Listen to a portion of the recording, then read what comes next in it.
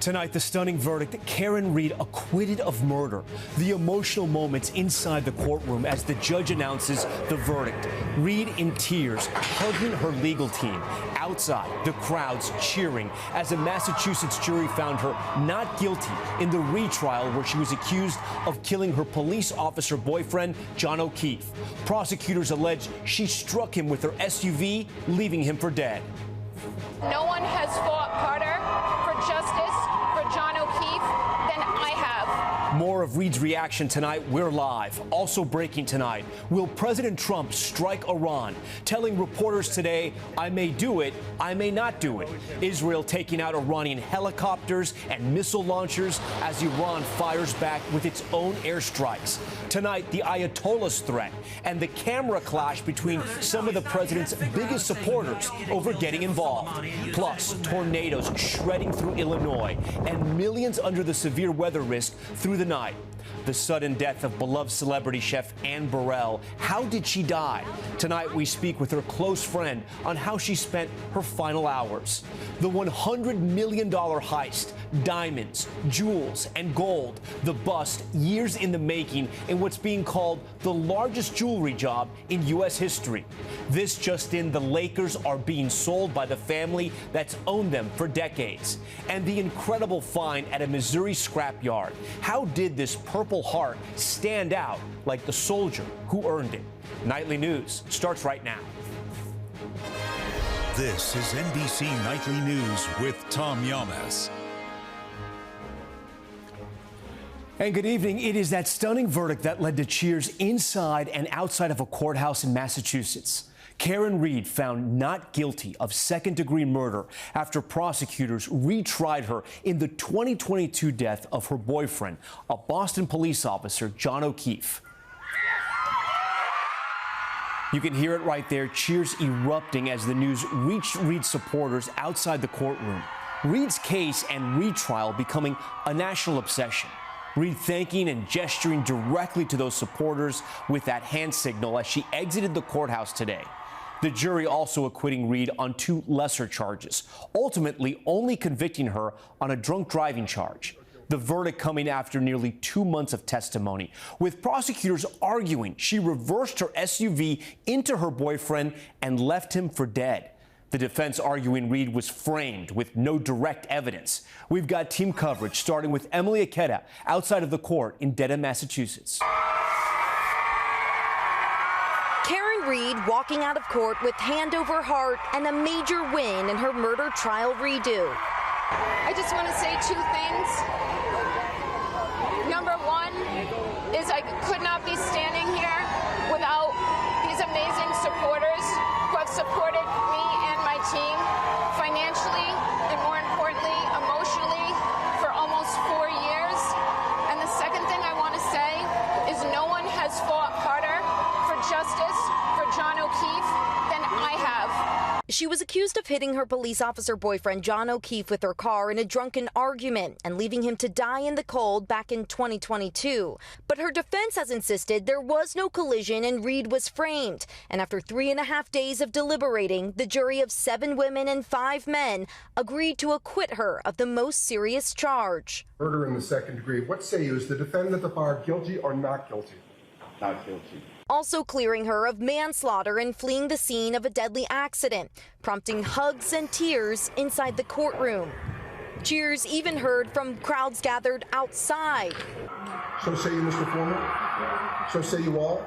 The jury did convict Read of a lesser charge, operating a vehicle under the influence of alcohol, after considering nearly 8 weeks of testimony and mountains of material, including crash demos, vehicle and phone data, and Read's own words.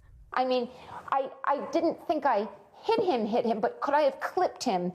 Read acknowledging she shouldn't have been driving the night O'Keefe died. I felt like I was buzzed. Her defense tried to point the finger at law enforcement, but in a new interview with Dateline, the lead investigator fired for his misconduct on the case, now speaking out. What do you want to say to anyone who believes the narrative, the defense's narrative, that you are corrupt, that you framed Karen Read? I laugh because it's such a ridiculous accusation. There's not one piece of evidence or fact to support that, because it did not happen. I would never do something like that. Did you frame Karen Reed? Absolutely not. This is the second time a jury has deliberated Reed's fate since her first trial last year ended in a mistrial. I'm declaring a mistrial in this case. The case since garnering intense public interest both online and in person, with a sea of supporters in pink erupting in cheers at word of the jury's verdict today. It feels wonderful because we got a non-guilty verdict. It feels great. It's worth everything. Every minute of travel, every penny we paid to get here was worth it for the verdict. But a much more somber tone from O'Keefe's loved ones. His mother had testified in the retrial. I hear Karen Reed yell, "Peg, is he dead? Is he dead, Peg? Peg, is he dead?"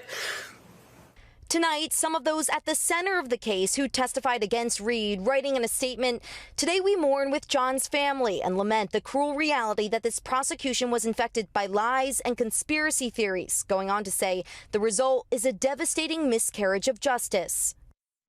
Emily Aketa joins us now live from outside the courthouse. Emily, Karen Reed was facing life in prison if convicted. What happens now? Well, Tom, she was sentenced on the spot to 1 year of probation for driving under the influence. Certainly a far cry from what prosecutors have been hoping for with this case. Reed could have faced life in prison if convicted of the most serious charge against her. Tom? All right, Emily Aketa leading us off. Emily, thank you. Laura Jarrett joins me now. Laura, the big question tonight, how did the defense beat this case? Tom, this really was a battle of the experts. She said she didn't hit him. They had the science to back it up. She did not take the stand in this case. Even though they had her words, she didn't take the stand. She didn't get cross-examined. That could have been ugly. Perhaps the biggest, though, Tom, that's different from last time around, they got instructed on those lesser charges. Driving under the influence, they didn't have that to do last time. That could have given them an off-ramp to give her some sort of culpability on something she already admitted, but then she didn't have to get convicted on the highest charge. All right, Laura Jarrett on that major verdict. Laura, we thank you for that. Now to the consequential decision for President Trump. Will he launch an airstrike on a nuclear facility inside of Iran? Gabe Gutierrez has late details from the White House. Tonight, with Israel destroying Iranian helicopters and missile launchers as it targets Iran's nuclear program, President Trump says he's not made a final decision on if the U.S. will strike Iran too. A senior administration official telling NBC News all options remain on the table. I may do it, I may not do it. I mean, nobody knows what I'm going to do. Iran launching its own missiles against Israel, but most have been intercepted. The president with a blunt demand for Iran's supreme leader. Very simple, unconditional surrender. That means I've had it. Okay, I've had it, I give up, no more. Maybe you could call it the ultimate ultimatum, right? Today, Ayatollah Ali Khamenei defiant, posting the Americans should know that any U.S. military intervention will undoubtedly be accompanied by irreparable damage. What do you say to the supreme leader of Iran who says that they will not surrender? Say good luck. Two U.S. officials familiar with the planning tell NBC News if the U.S. strikes, Iran is prepared to strike American bases and assets in the Middle East. They're totally defenseless. They have no air defense whatsoever. We've totally captured, we've totally captured the air. The president today saying the Iranian regime, battered by Israeli strikes, is now asking to come to the White House to negotiate after turning down an earlier offer. They had to sign a document. I think they wish they signed it now. It was a fair deal. And now it's a harder thing to sign, It's a lot of water over the dam. Have you closed the door on meeting with them? No. Iran's mission to the UN responding, no Iranian official has ever asked to grovel at the gates of the White House. Israel has damaged most of Iran's nuclear facilities, but not Fordo, buried deep in a mountain, and that could be the key target if there's a U.S. airstrike. Only the U.S. has the B-2 bombers and 30,000-pound bunker-busting bombs that could destroy it. We're the only ones that have the capability to do it, but that doesn't mean I'm going to do it at all. Meanwhile, division is growing within the president's own party. Some Republicans backing military intervention. Diplomacy didn't work for 60 days. If you don't understand that Iran with a nuclear weapon is the biggest danger in the world, you're missing a lot. But conservative commentator Tucker Carlson clashing with Republican Senator Ted Cruz over the issue. How many people live in Iran, by the way? I don't know the population. At all? No, I don't know the population. You don't know the population of the country you seek to topple? The president was asked about that dispute today, saying he's not looking for a long-term war. No, my supporters are for me. My supporters are America first. They make America great again. My supporters don't want to see Iran have a nuclear weapon. Very simple. If they think that it's okay for Iran to have a nuclear weapon, then they should oppose me, but nobody thinks it's okay. Gabe joins us live from the White House. Gabe, we know there are American citizens still stuck in Israel in the middle of all this, and the U.S. ambassador to Israel just sent them an urgent notice. What'd they say? Yeah. Yes, Tom, the ambassador, Mike Huckabee, says the State Department is arranging flights and cruise ships to evacuate American citizens from Israel. Also, the president just wrapped up another meeting in the Situation Room here at the White House as he considers his next move. Tom? Okay, Gabe, we thank you. Now, the destructive tornado outbreak wreaking havoc across the Midwest, with new video showing buildings destroyed and debris swirling. Maggie Vespa has this story. Jaw-dropping new video shows an apparent tornado tearing across Illinois. Outside Springfield, wind howling, debris flying. Watch as that white building gets completely shredded.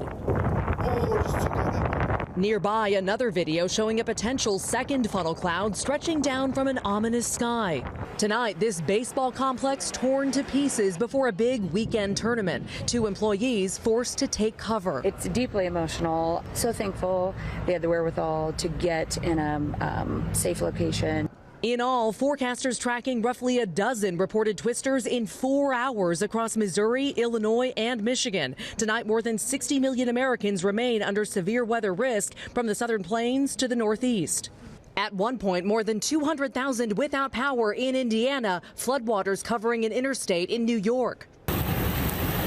This after torrential winds and intense downpours wreaked havoc across the country yesterday. Multiple reported tornadoes carving across Oklahoma. The whole house actually shook. Now, Mother Nature's wrath ratcheting up again, with tonight tens of millions potentially in harm's way.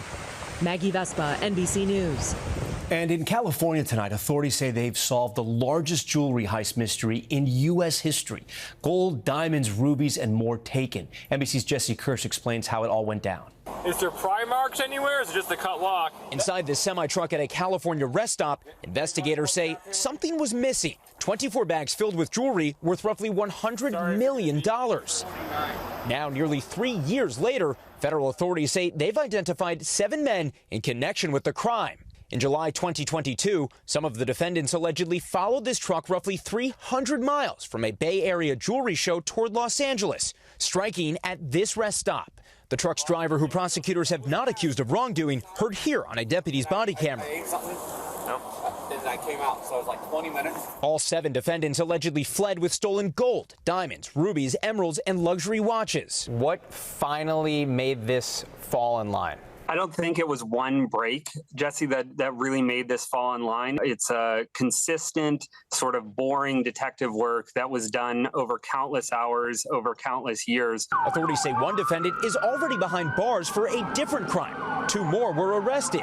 As for the others, we're not currently at liberty to say where those 4 people are. I will say that, at least one of them we believe to be outside of the United States. Investigators believe some pieces were recovered, but many are still missing after a dazzling heist like we've never seen. Jesse Kirsch, NBC News. Now to the sad news on the death of acclaimed chef Anne Burrell of the Food Network. Ann Thompson reports now on how she spent her final hours and how she died. A report of cardiac arrest sent emergency crews to Anne Burrell's Brooklyn home. These little leaves will add their timey goodness. The sudden death of the celebrity chef Tuesday coming just hours after the 55-year-old embarked on a new adventure, doing improv on Second City's Brooklyn stage Monday night. Olive Hoy was there. It's bittersweet to think about it right now because she was in such high spirit. It was very funny. A Food Network star for 2 decades, Burrell created a recipe for success. Yeah, baby! Woo! Humor and snark. This is like eating gravel. Personality and talent. And what the sauce and the pasta do is kind of get together and make a little hug. It's a hug. Topped off by her signature look. Burrell's specialty, Italian cooking, learned in Italy, then perfected in some of New York's top restaurants. Iron Chef America first brought Burrell into people's homes. She competed on and hosted a variety of shows, most famously, The Worst Cooks in America. So I saw a lot of salt going on this. I'm sorry. The child from upstate New York climbing all the way to the top of the TV food pyramid. And as she often posted, a lucky girl. Ann Thompson, NBC News. We are back in a moment with wild video of the fight between passengers during boarding, what happened on this flight, plus the deadly listeria outbreak that's already in 13 states, the popular pasta recalled because of it. That's next. We are back now with a deadly listeria outbreak across the country. The FDA says 16 people were hospitalized and 3 are now dead after eating chicken fettuccine Alfredo, products sold at Kroger and Walmart. The food producer Fresh Realm is recalling these products you see here on the screen, and all of them had best buy dates on or before June 27th.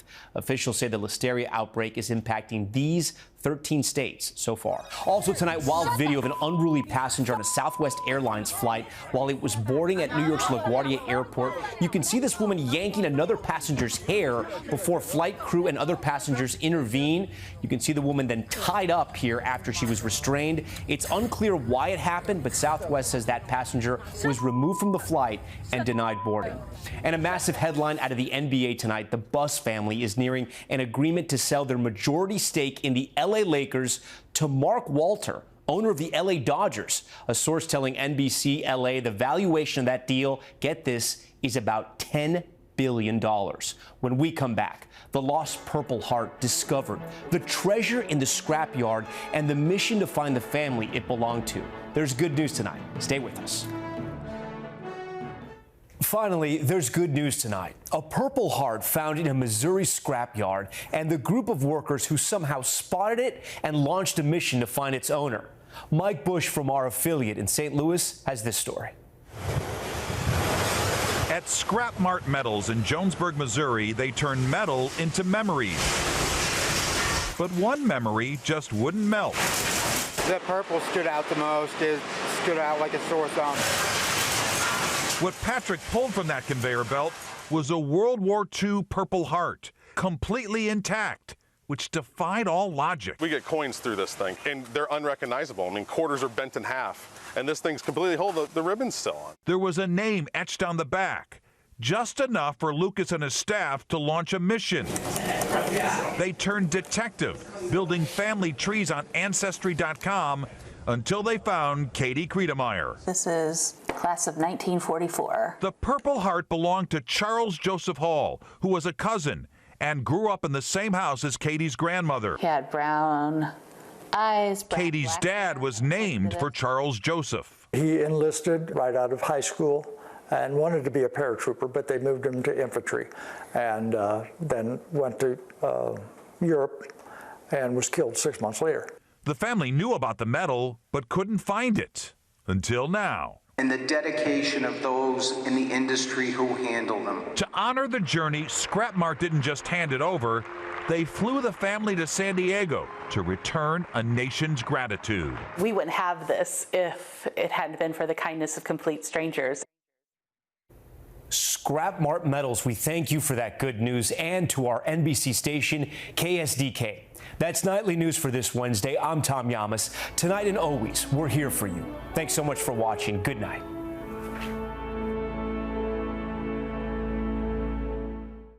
We thank you for watching, and remember, stay updated on breaking news and top stories on the NBC News app or watch live on our YouTube channel.